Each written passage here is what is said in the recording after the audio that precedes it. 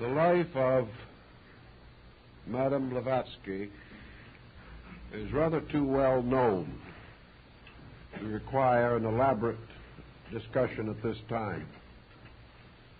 Rather, it seems more profitable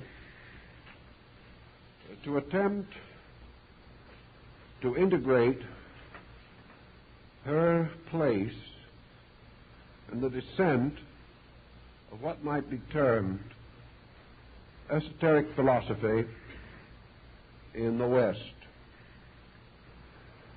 For practical purposes, Orientalism as a philosophical factor in the thinking of Western man first came into focus in the closing years of the 18th century. Prior to that time, East and West were so far apart, and Western religious dogmatism was so intense that there was little, if any, cultural interchange. Thus, for a very long time, nearly 2,000 years, Western culture attempted to maintain a complete isolation, refusing to admit its indebtedness to great Asiatic systems which were old before Western civilization was born. Colonel Robert Ingersoll remarked on one occasion that the Chinese were compiling great libraries, indexing them, classifying them, and researching in them, while Western European man was still mumbling the bones of animals in prehistoric caves. And this, perhaps slightly exaggerated, is not very far from the truth. In the early years of the 19th century, there was a decided break in Western orthodoxy. The rather conservative and inadequate literalism of Protestant Christianity was being assailed by a need within man himself. He was not getting the spiritual nutrition that he required for a well-integrated religious life. So we find that as early as Ralph Waldo Emerson, efforts were made to enlarge and enrich the schools of Western tradition. The universities were still more or less closed to all liberal religious thinking. If today they are inclined to be brittly agnostic, at that time they were adamantly orthodox. Nearly all chairs of philosophy were occupied by doctors of divinity, and what has been called the school of Scottish metaphysicians dominated the educational world. There were no breaks as yet in favor of liberalism in higher education, but individuals like Emerson began to recognize that beyond the sea, on the other side of the world, some interesting thoughts had come to the world. The great scriptures had been written, wonderful classics had been compiled, great teachers had arisen, and that a rich legacy of spiritual tradition was completely locked from us simply by the narrowness of our own thinking. As a result of some moderate reading in not too substantial authorities, Emerson was able to sense some of the grandeur of Eastern thinking, and he has revealed this to us through his essays on the Oversoul and his essay on compensation. He knew the Bhagavad Gita, one of the greatest mystical books of Asia. He was aware that in this distant area there was a deep, quiet, calm wisdom which might be rather practical and useful in the confusion of the Western world. In any event, let us realize that between about 1825 and 1850, there was a broad rise of mysticism and esotericism and transcendentalism in the eastern part of the United States. And as the time went on, that happened which almost always happens under such conditions. There was an almost frantic searching for more of this unusual information. The result was more or less pathetic. The necessary texts were not available. There were practically no translations from Eastern languages, and very few Western scholars who had any knowledge of Asiatic tongues. There was no break in this wall between East and West, and only an occasional fragment drifted into our Western comprehension. It was as a result of the unrest, the stimulation of the unknown, the sudden sensing of value out of reach, that the groundwork was laid for the rise of a strong Asiatic study group in Western civilization. And at the critical moment when this appeared to be most valuable and most greatly desired, Madame Blavatsky and Colonel Alcott founded in New York in 1875 the Theosophical Society. This society was composed of many interesting and brilliant persons. While it surrounded largely the personality and the immediate personal achievements of Madame Blavatsky, it cannot be said that she was entirely alone in her activity. Through the inspiration which she provided, a number of Western, European, and American scholars went to India.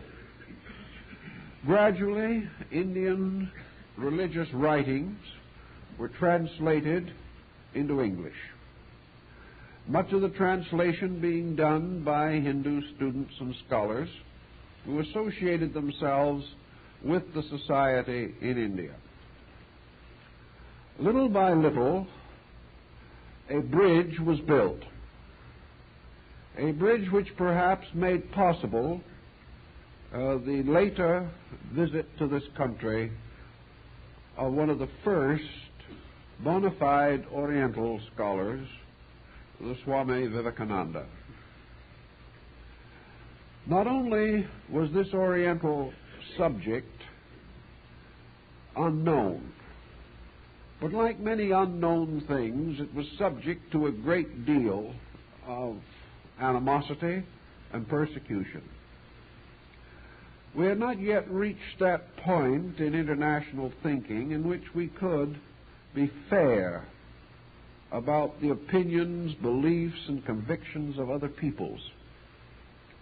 And even today, if a poll were taken, I think it would be safe to say to the majority of Western persons, the Buddhists, Brahmins, Confucianists, Taoists are still regarded as heathens.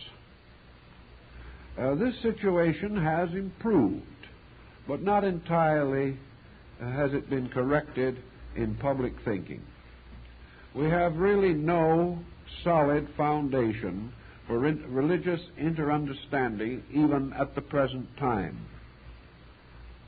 The Orientalist in the Western world is still regarded with certain suspicion, but a more liberal attitude on the theory of religion has brought with it a measure of tolerance, but not a measure of acceptance. I have recently examined a number of brochures and pieces of publicity that have come through our office, and many of them still contain words, or at least implications, that all these foreign beliefs are heresies, that they are the works of the devil set up to interfere with the development of literal Christian orthodoxy. Of course, in the time Madame Blavatsky, the situation was still worse, although undoubtedly it was considerably improved over an earlier time in which all liberals were cheerfully burned at the stake. It reached a point where they were merely scandalized and insulted. The original work of H.P. Blavatsky stands more or less unique even within the field of related literature. And as the result of the years which have passed since 1888, when the volumes were first published, we are aware that her own peculiar and particular insight still makes these works unique, remarkable, and valuable. Madame Blavatsky herself was the first to admit that the books which she wrote would prove highly controversial. She frankly acknowledges that the type of proof which the scientific world requires simply was not available.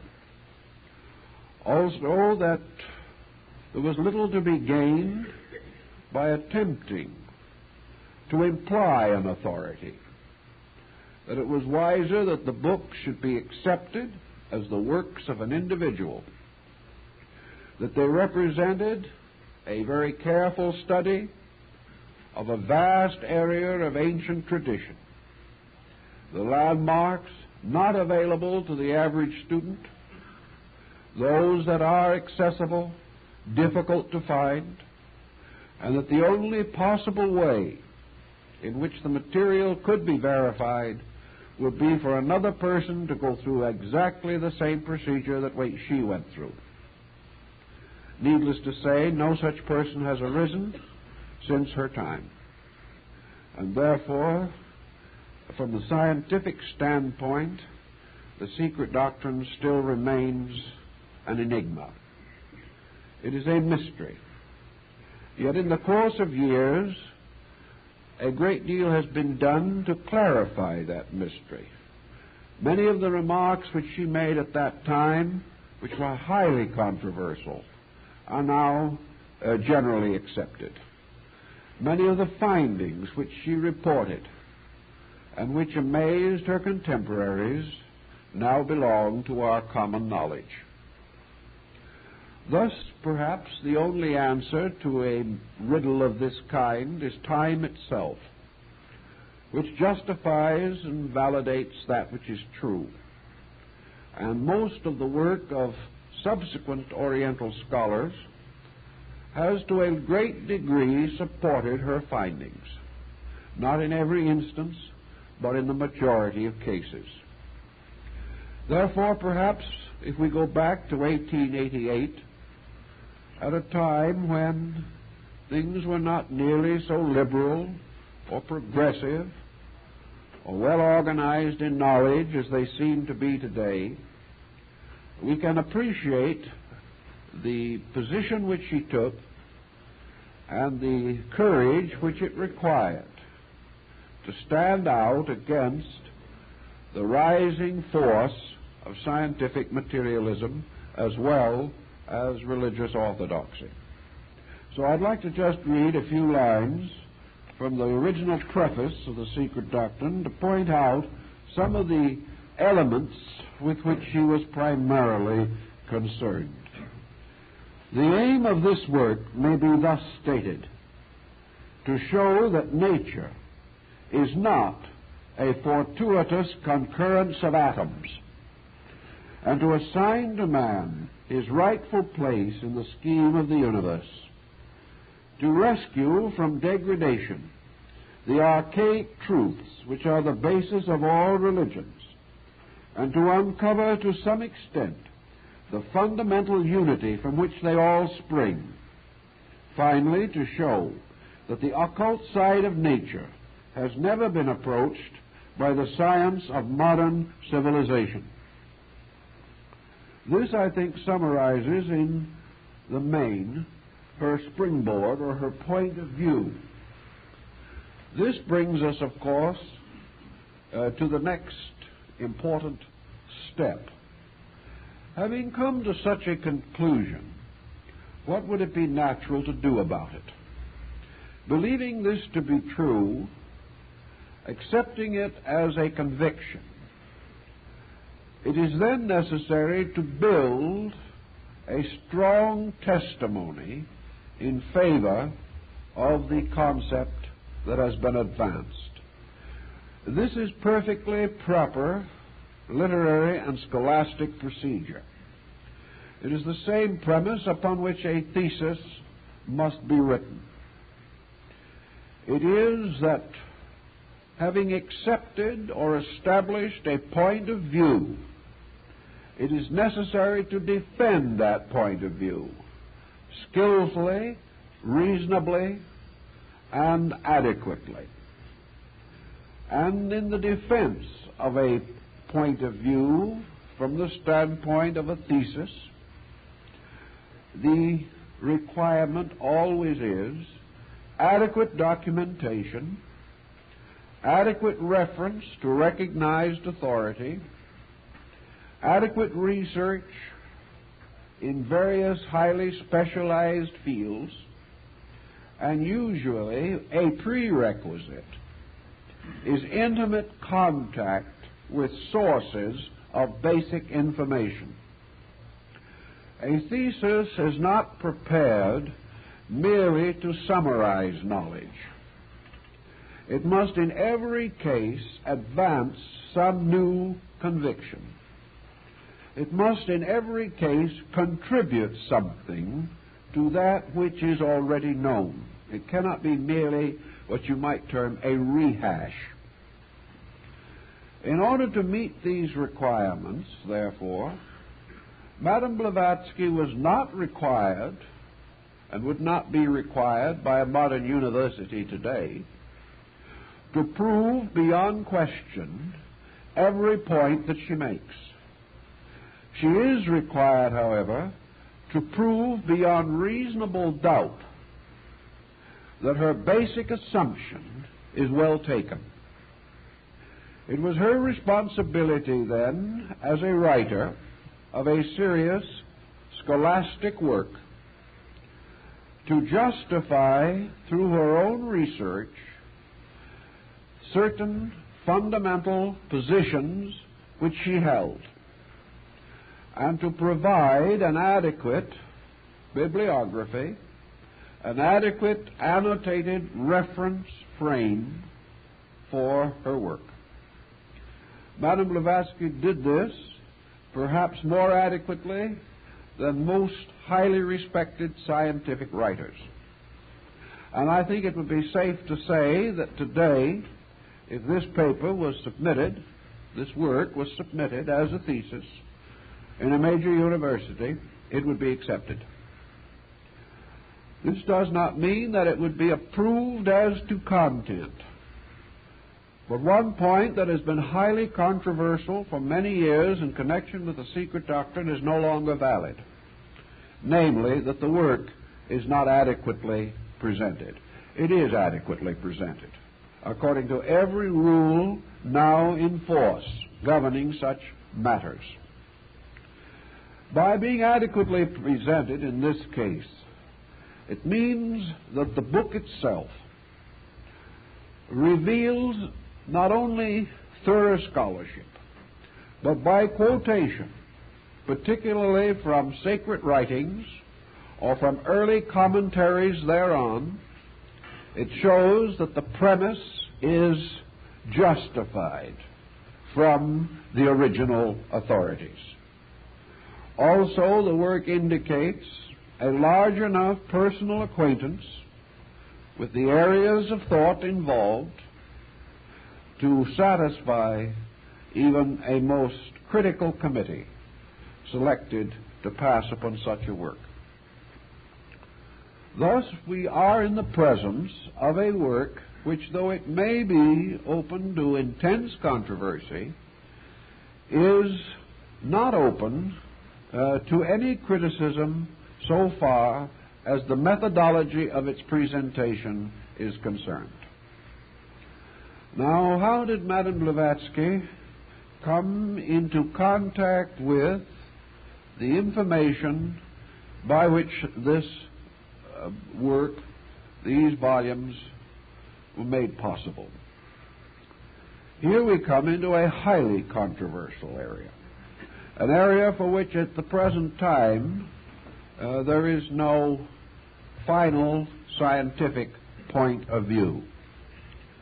She insists and wrote and stated clearly that the knowledge which she presented was set forth on the premise or foundation that she was the writer of a book, but not the author of it.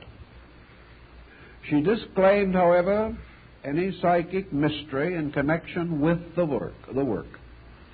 She simply held it to be a fact, to be accepted or rejected by the reader according to his own convictions, that the original material was communicated to her by advanced teachers, by leaders in the esoteric system of Asiatic knowledge.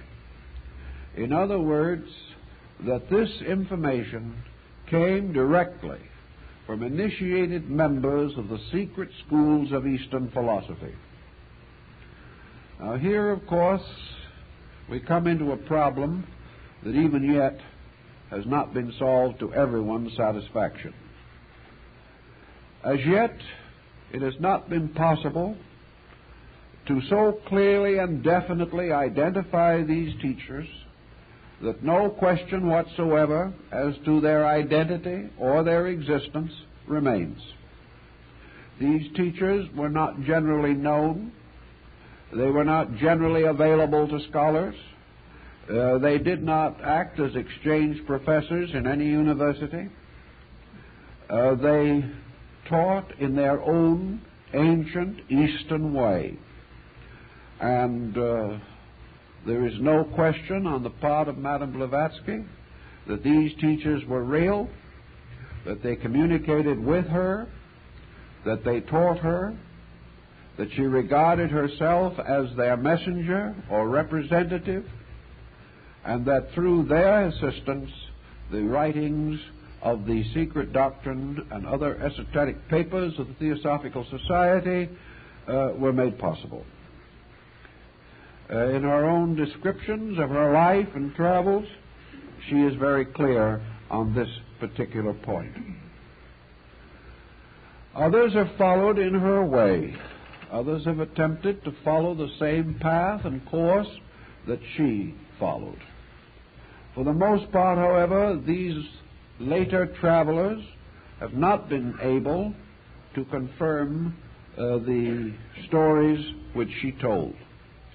For a long time it was denied that Madame Blavatsky was ever in Tibet, and she is still not upon the official lists of those known to have reached this country at that time.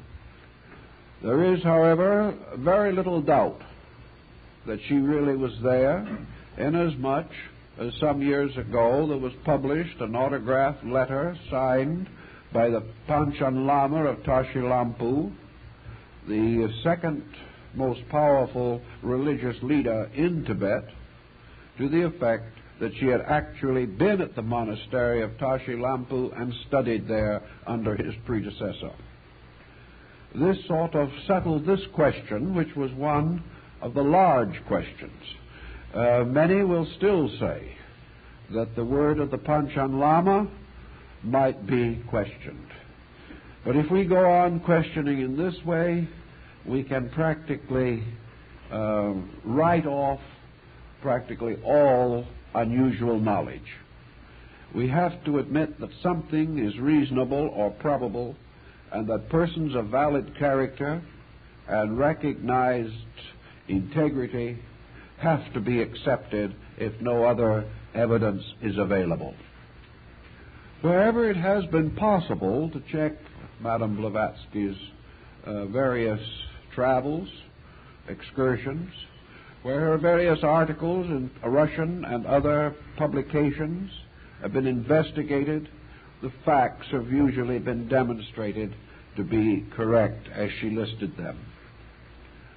Although she lived in a time of rather genteel femininity, Madame Blavatsky was by no means simply a titled Russian lady.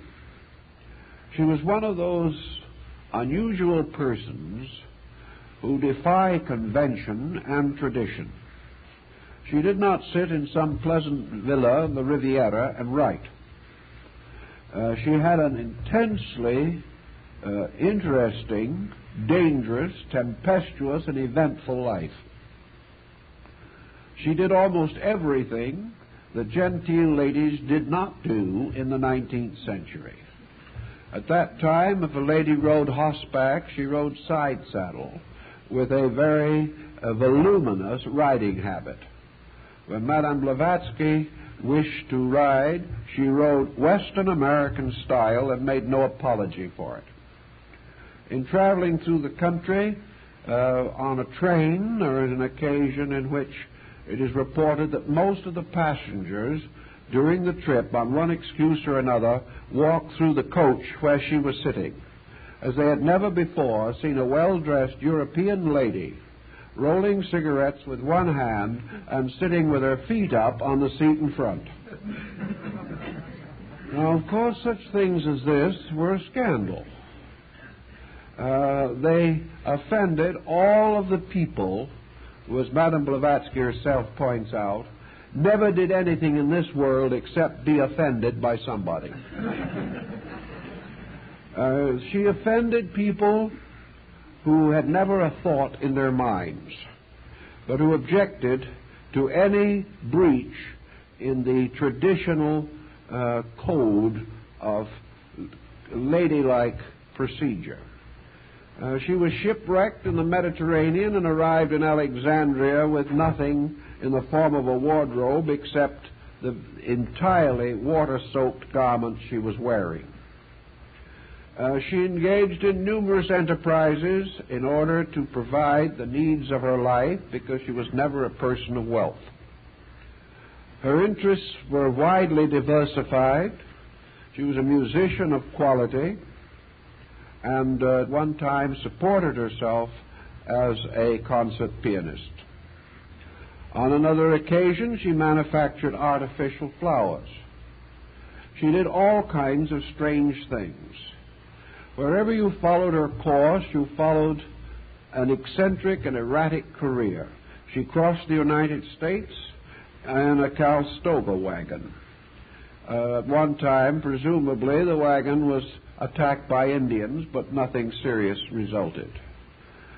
She lived for a time in Santa Fe, New Mexico, and the house where she lives is still pointed out, and there is just that touch which was typically her, a large live tree growing up through the middle of the floor of the living room.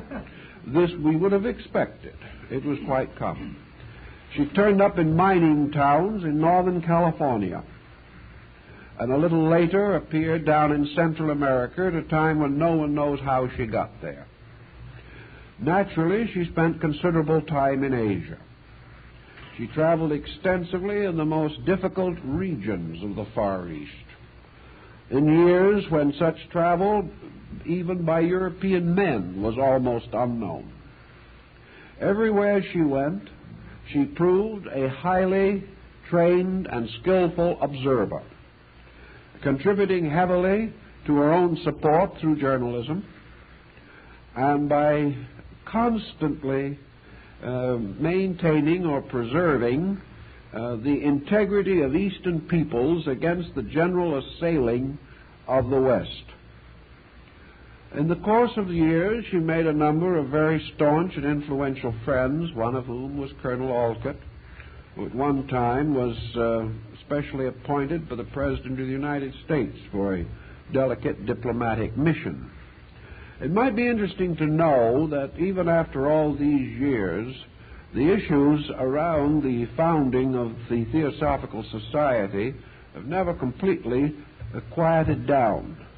I received word not long ago that in Ceylon this year, a special national holiday is being celebrated not by members of any group, but by the whole population of the island of Ceylon to commemorate the work done in cause of education by Colonel Olcott. The entire festival is very largely in appreciation of the early work of Theosophy in East-West understanding in Ceylon. So the work went on in its own way. This interesting and remarkable person, everywhere searching for unusual knowledge, and with this point of view, everywhere discovering facts and ideas that had generally been overlooked. To understand the secret doctrine is a very large order.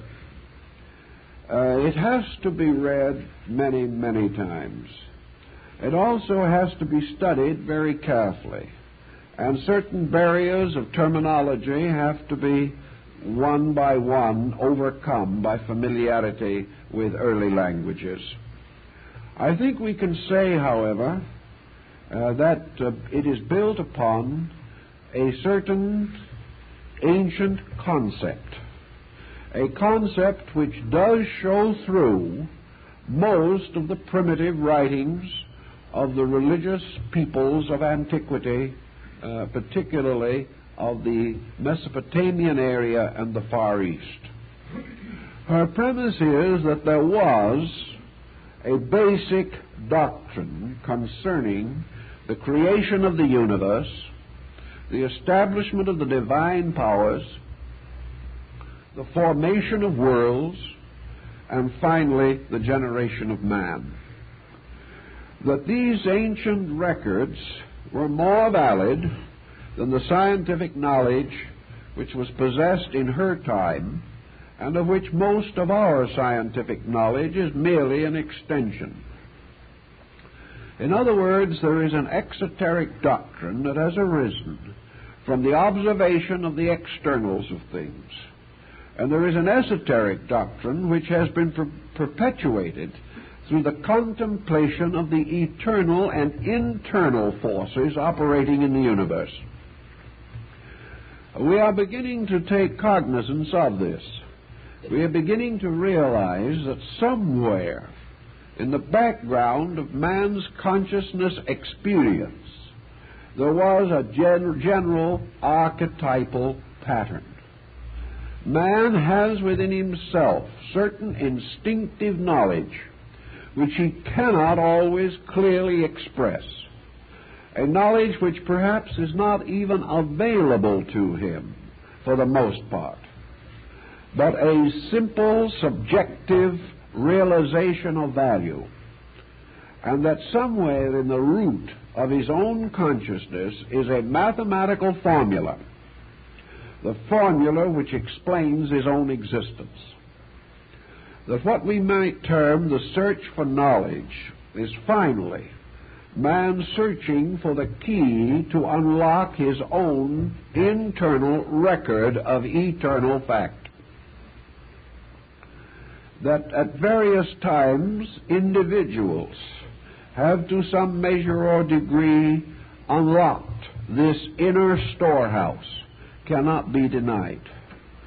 That great systems of thought were established in ancient times that were valid is beginning to appear more reasonable to us. And Madame Blavatsky's position was a very simple one, that what we call essential knowledge has always been known, has always existed, and always will. That this essential knowledge, by its very nature, however, is not acceptable to any individual or group of individuals whose philosophy of life is built essentially upon materialism. That it is not man's inability to know that is his stumbling block. It is man's unwillingness to unlearn that which is not true, but which he has come to accept over long periods of time. A hasty acceptance of opinions or attitudes that are not substantial. A willing allegiance to a pattern of knowledge which is not factual. These attitudes lock the individual toward the larger universe of the infinite probabilities of things. Man, therefore, has darkened his own insight by insisting that he already knows, consciously, things which he does not know. He insists that knowledge is to be derived from the common experience of other persons like himself, and that if enough persons who do not know agree upon something, this something then becomes a known fact. In other words, we are confronted with the problem of how much ignorance do we have to stack up in order to achieve a mountain of truth. That this knowledge has actually been held as an esoteric secret is intimated in the secret doctrine, but a point also gradually unfolds if we are observant and thoughtful, namely that what we term esoteric is not really a term for something that is unknowable or can be only known by a few. The term more generally means simply a continuing knowledge of reality which is rejected. That it is esoteric not because it cannot be known, but because we refuse to recognize it. Therefore, it remains a profound secret. Many things which we once held to be esoteric are now common knowledge, because we have gradually revised our attitude toward that which we thought we knew.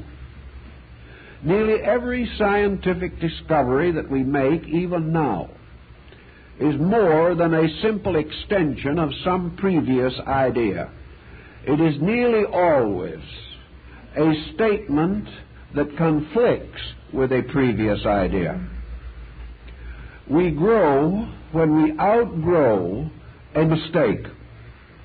And the land and world of knowledge is an area in which we are forever advancing by correcting previous beliefs, accepting the fact that these beliefs were inadequate or unreasonable, but that we did not know this.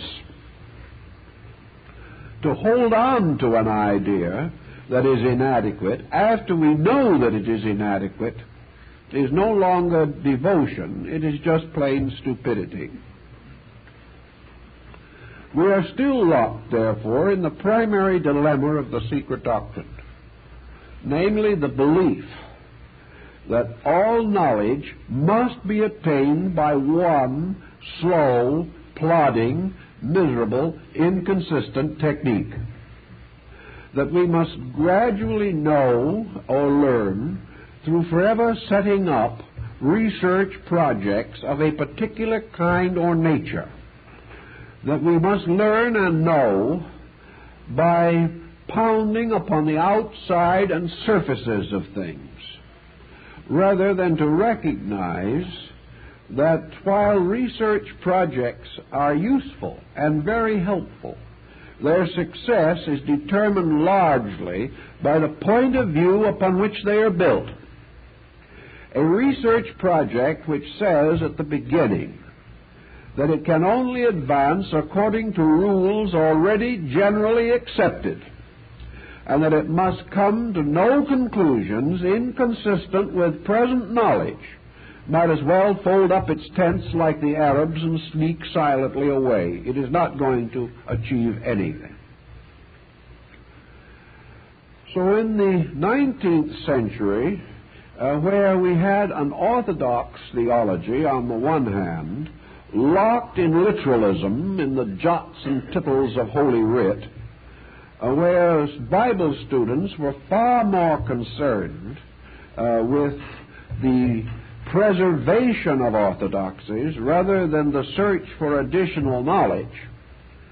And on the opposite side, scientists, rising under the tremendous impetus provided by Darwin and Huxley, were fighting to rescue the universe from a sickly mysticism. While this conflict was going on, no one was very much interested in the truth. Everybody thought they were.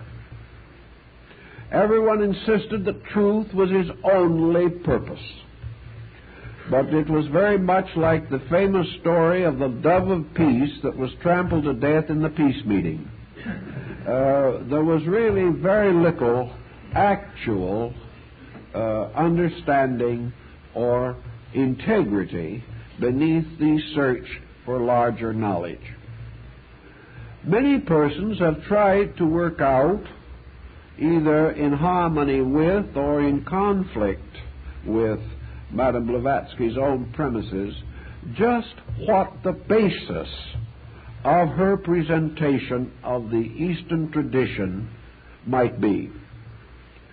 Madame, on a number of occasions, admitted that personally, in her religious persuasion, she was very much inclined to Buddhism. But she clearly points out in the Secret Doctrine that the Secret Doctrine is not Buddhism. And on this ground, most Buddhist sects will concur. To many Buddhist groups, the Secret Doctrine is as mysterious as it is to Christendom. Yet there is obvious fact in the background of this which must cause us to suspect that to a large measure at least, the presentation of the material follows certain development of Asiatic belief. Whatever might be Madame's essential allegiances, when in the presentation of her material she gropes for terms or attempts to find fortuitous analogies, she most frequently turns either to Buddhism or Reformed Hinduism. We very seldom find her searching for her terms outside of this area. Also, her tendency is to bring other forms of knowledge, Chinese, Chaldean, Egyptian, Greek, into this pattern, drawing them toward this central focus. In this, there is an interesting and rather valid structure of doctrine which does arise from Buddhism. For it was taught from the very beginning that Gautama Buddha's essential teaching was divided into two broad schools. If we study the sutras or the sacred books of Buddhism, certainly those prior to the last great Reformation under Mahayana, we find that Buddha is a strict moralist. We find that he refuses, under any condition, to explore the abstractions of cosmogony. He refuses to discuss the natures of deities, or the origins of worlds, or the developments of species, or types, or kinds, or races. He declines entirely to expand any concept of the future state of man other than such concept as relates to the final extinction of negative individuality in the Mahaparinirvanic state. Thus, Buddha becomes a kind of philosophic, idealistic, ethical materialist. He is concerned primarily only with the problem of man, and with man only in the aspect of human suffering, its cause and cure. Buddha took the public attitude that his only problem, and the only problem that the world had to face, and face head on with every bit of courage that was available, the problem was how man could civilize himself, how the human being could rise from the ignorance, selfishness, and fear which dominated his life and establish a firm inward life upon adequate value. This was Buddha's principal concern. Yet from the very beginning of his philosophy, which was also in turn merely a reformed Hinduism, from the very beginning it was evident that a second school rose in the contemplation of Buddhist philosophy. We find in the Bible the same implication in the New Testament, where Jesus is said to have taught the multitude in parables, but to his disciples he taught certain other things. These certain other things have always been assumed to be the mysteries of his faith, the esoteric part of the Christian religion. And it is this part that the Gnosis claimed to have possessed, and which is now being given some further consideration as a result of the discovery of the Gnostic library at Chenaboskin, Egypt.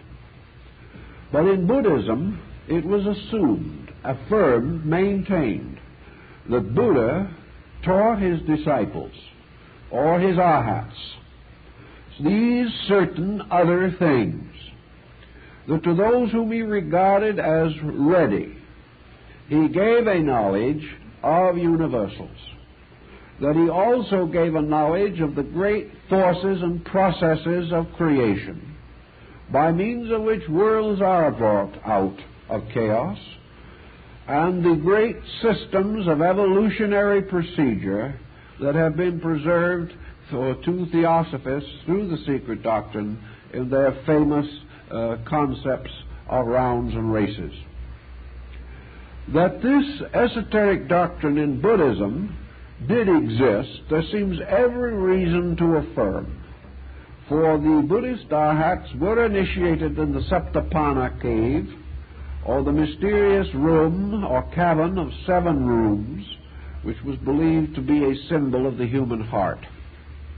In any event, Buddhism is a living example of the point that Madame Blavatsky attempted and affirmed that she could prove, namely that there has been and is in the principal religions of the world a solid tradition that goes back thousands of years to the simple effect that religion is both an internal and an external mystery, that there has always been a secret or esoteric instruction, that this instruction is true, and that this instruction covers not only the religious world, but contains a full statement of the nature of the material universe, its laws and energies, and therefore covers the entire area normally assigned to science.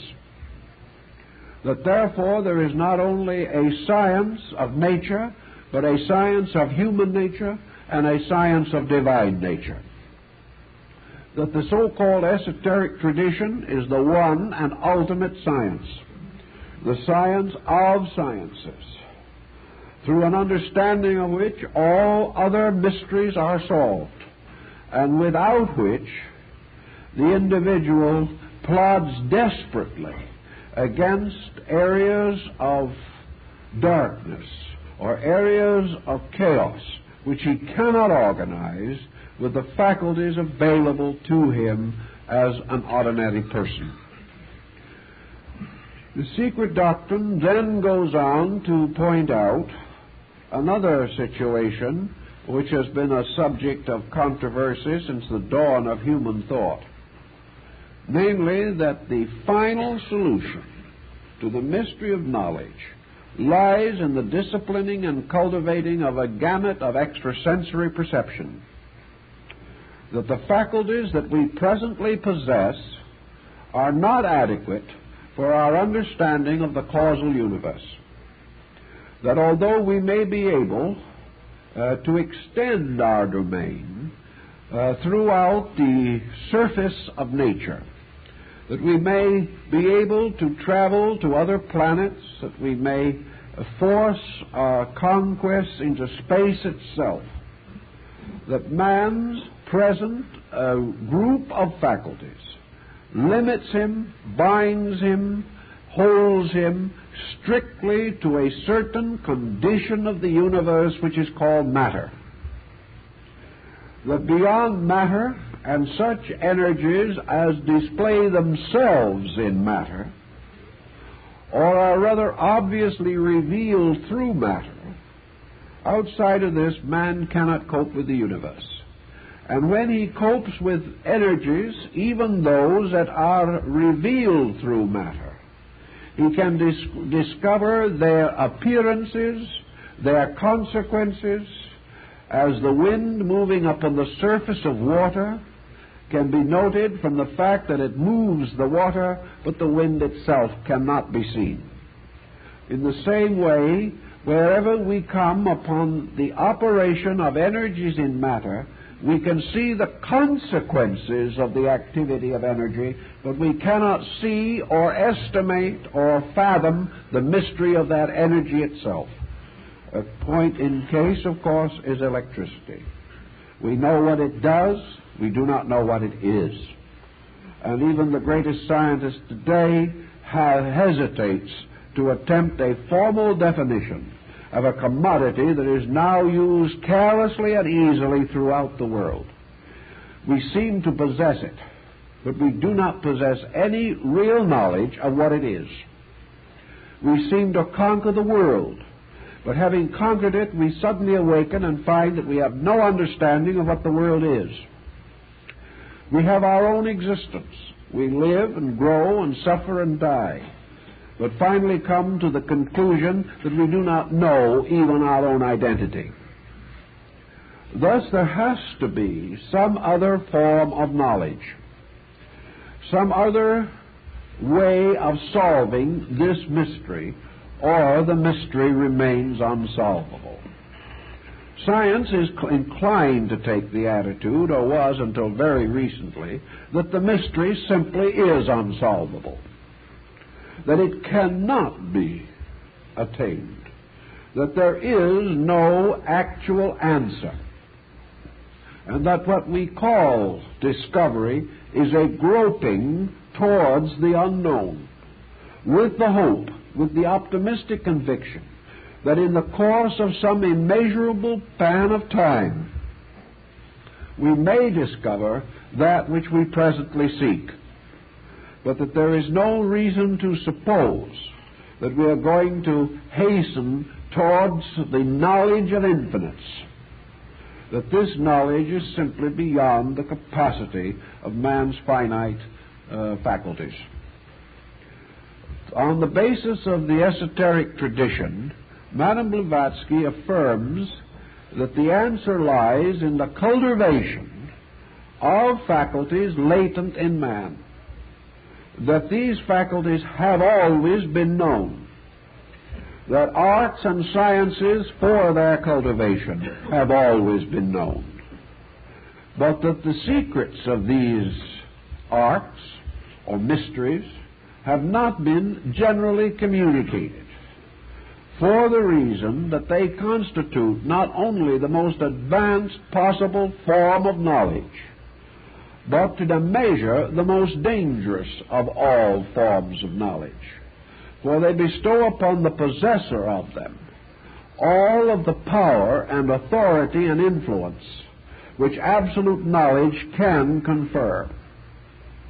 And that in order that such knowledge should be made available, it is first necessary that the aspirant to such knowledge should demonstrate conclusively that they are beyond and above the abuse of what they know. This was the burden of the Greek mysteries, and Madame Blavatsky does not hesitate to point this out. This also, in its restoration, as the Platonic philosophy of England in the 19th century, was restated by Thomas Taylor, the one translator of the Greeks who really had insight into the meaning of these ancient rites and ceremonies.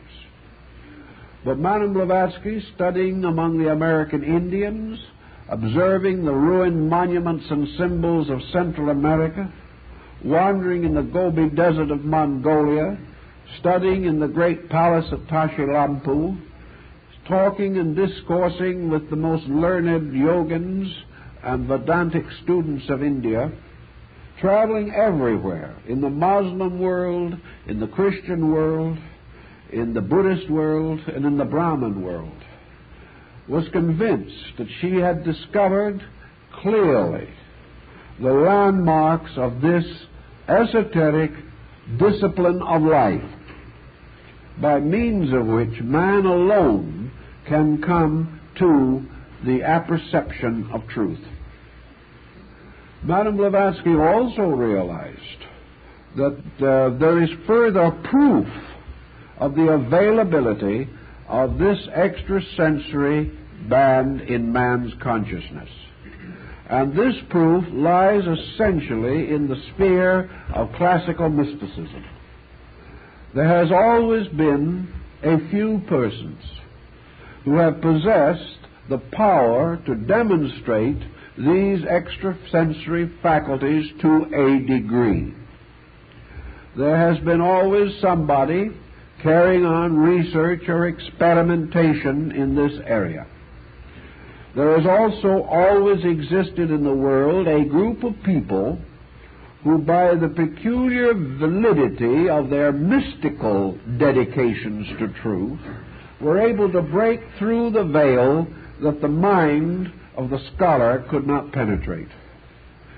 And the scriptures of the world, including our own and the old Jewish scriptures, all indicate the existence of prophets, of wise ones, of learned and good persons who communed with God, or who went forth into the wilderness and fasted and prayed and received revelation. That therefore we do have a fairly substantial body of evidence indicating that man, by a certain kind of life, by a certain devotion or dedication, by conduct rather than by concept, is able to attain an intimate perception of spiritual mysteries. Not that he shall attain them fully or completely, but that he does penetrate far enough to prove that there are powers within himself which can break through the boundaries set up by a materialistic way of life, and that he can gradually come to know and to experience conditions of consciousness, states of being, areas of activity that are closed to the objective physical sensory perceptions. Madame Blavatsky was convinced that this burden of concept is also set forth in the original teachings of Buddhism. She is likely also to find it just as quickly in the Brahmanic religious mysteries. And she quotes and cross-quotes time and time again to show the principles involved and the validity of the position which she holds, and is able to show very clearly that in every important religion of the world, both of civilized and uncivilized peoples, the same essential belief has been held, and that long before man knew what theology was, he realized that the essence of religion was the unfolding of faculties within himself by which knowledge alone could be attained, and that all knowledge must finally be brought to fruition by the release of conscious powers or faculties within the person. That we cannot find the answer by loading the mind with objective phenomena. That we can advance sciences, certainly, but these sciences advance on levels. They do not lead us to the next superior thing. They lead us only like the will-o'-the-wisp into some infinite, diverse area of speculation.